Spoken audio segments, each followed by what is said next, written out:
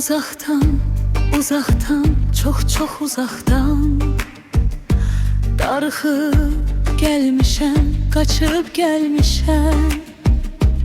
Ay qonşu, bu evin yiyəsi hanı? Eyvanda çıxardım ayakkabımı, açtım pəncərəni, açtım qapını. Görmədim konağı karşılayanı.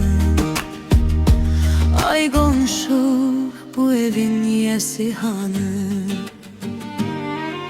Yağış sulağını yuyur bu evin, külək şüşəsini döyür bu evin, sükut hayküyünü qovur bu evin, zaman tahtasını ovur bu evin. Ay qonşu, bu evin yiyəsi hanı?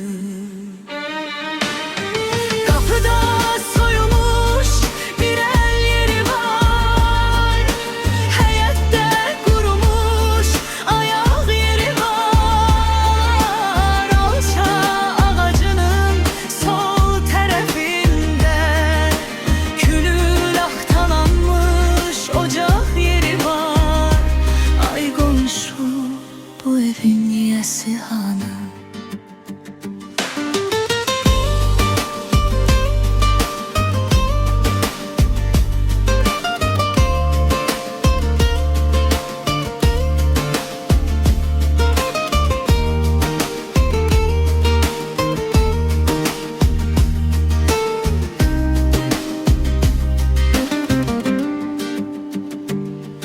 Uzaktan gelmişəm ay ev yiyəsi, darıxıb gelmişəm, uçub gelmişəm, kül olub gelmişəm ay ev yiyəsi.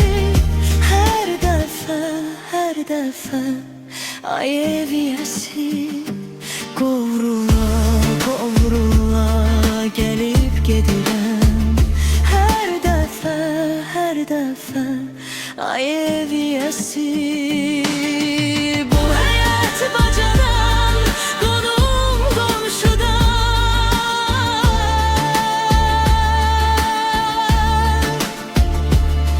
soruşub gedirəm.